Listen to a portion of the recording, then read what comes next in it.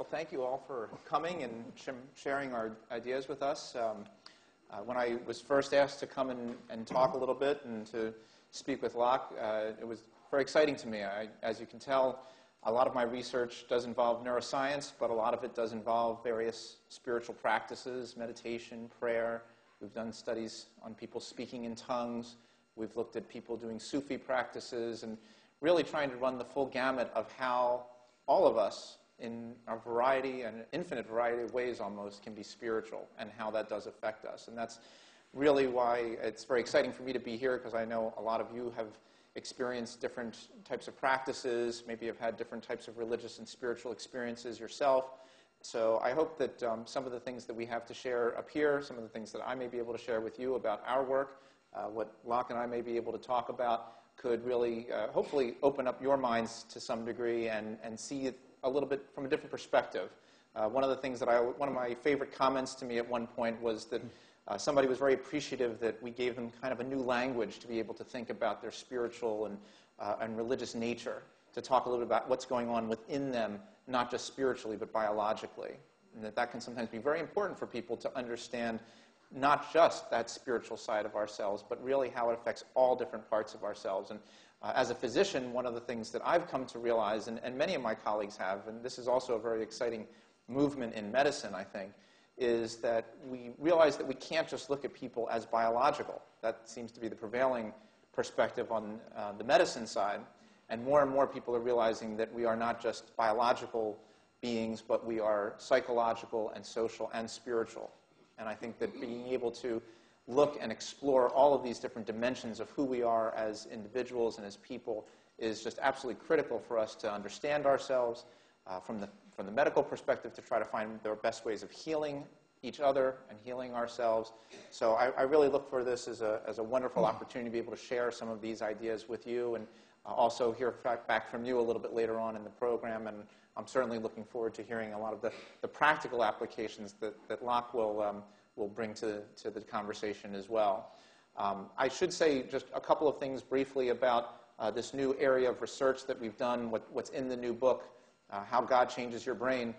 If you're familiar with some of my original work, we were looking at how specific practices, like meditation and prayer, affect your brain at the moment.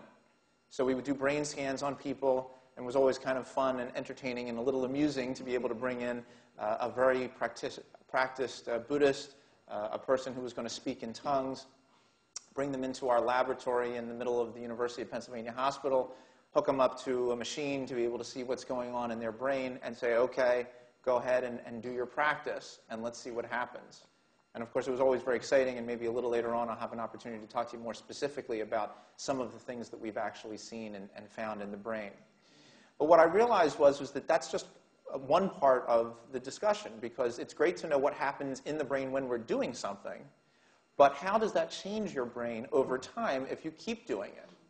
And of course, that really is a big question, because we see so many people around us, like Locke and maybe perhaps a number of you, who have done practices for many, many years.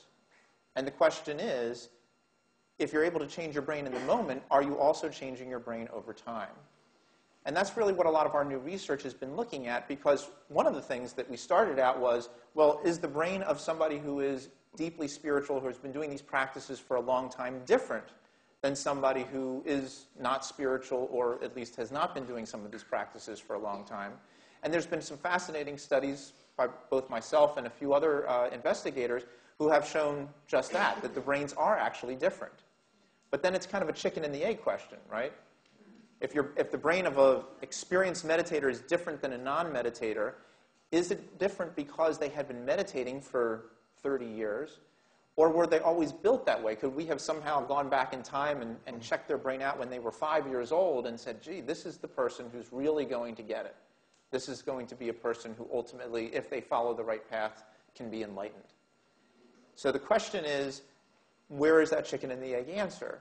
And we realized that while we can't go backwards in time, what we can do is take people who have not really done practices like meditation or prayer and start them on some kind of program and see what happens, to see whether or not their brain actually does change fundamentally between after they've done the practice for a long time, and by a long time I mean maybe even just a few months to start out with, Obviously, it'd be ideal to bring people back many years later and see how things are going, but we'll probably have to get to that a little bit later on. But at least to see in a short term, but at least 2 time points where we can find out whether or not we can actually affect changes in a person's brain by simply having them do a particular type of meditation practice. And what our data do show, and we'll talk about this a little bit more later, is that does happen. So at least in the chicken and the egg question, part of the answer is we do know now that the brain does change over time as you do different practices. Now, obviously, we probably all have some predispositions as well, and that's something else that we'll have to look at into the future. And finally, some of the other pieces of information that we talk about more recently have been trying to understand how human beings actually do experience their spiritual religious selves. When they say, I've had a spiritual experience, what does that mean? In fact, one of the things that we talk about is an online survey that we've been running where we've gotten thousands of people's responses as to what their spiritual experience was. And it's really remarkable because I thought that they would really kind of come together very intensively. But actually, as it turns out, it looks like there is just such an incredible plurality of what these different experiences are all about. And sometimes it's not just asking people to describe their experiences, but then to ask them specific questions. Because if you do probe, you find out that they do also have a number of similar kinds of elements to them, even though they may not be the ones that the people actually talk about if you just say, just describe this to me. So these are the kinds of questions that I think we have an opportunity to look at. This is an area, as you heard, the term neurotheology, which to me is, while it has its pluses and minuses as a term, I think it's extremely exciting to think about the idea of using research and using scientific research to delve into what happens to us when we are religious and spiritual. And that's really been the goal of my work, which is to try to understand that, and as I think Locke and I will talk about a little bit more, is to try to unlock the positive aspects of these experiences and practices, because that's also something that we've learned. Obviously, religiousness and spirituality can be extraordinarily positive, but also can be negative at times. And it's also trying to understand that negative side, which I think can help us to find better ways of optimizing what these practices and experiences are, and try to lead us into a more compassionate approach to our lives and to ourselves. And before we go into our dialogue, the last little story that I'll tell, and many of you may have heard it, this has become one of my favorite little stories, which is that, and there's probably different variations on this as a general story, but the one that I had heard was an American Indian boy got very upset one day because one of his friends stole something of his, and he really wanted to go and beat him up and fight him, and he was kind of upset because he said, should I be a forgiving person? Should I go and exact my revenge on him? And he went to his grandfather, who was a very learned man, and he said, grandfather, explain this to me. Why do I feel this conflict between the part of me that wants to beat him up and the part of me that wants to forgive him and be compassionate? And the grandfather went into this story about how within each of our minds, and at least from my perspective, within each of our brains, there are these 2 wolves, he said. That the 2 wolves, one of them is the compassionate and loving and forgiving side. And the other side, the other wolf, is the aggressor, the one that's hateful, spiteful, wants to seek revenge. And the boy thought about this for a few minutes, and he said, well, grandfather, if they're fighting each other, which one will win? And the grandfather looked at the boy and he said, it's the one that you feed. So I think that that's a very true statement, because ultimately what our spiritual and biological and psychological and social pursuits lead to is whether or not we can try to absorb and embrace that compassionate side of ourselves, or whether we wind up embracing the negative, hateful side of ourselves. And obviously, again, my work is to try to find better ways of embracing that positive side. But I think we also not only have to understand the positive side, but also try to understand the negative side so that we can figure out our best ways of turning these kinds of experiences around into something that's a benefit both to each of us as individuals and ultimately all of us as a global society.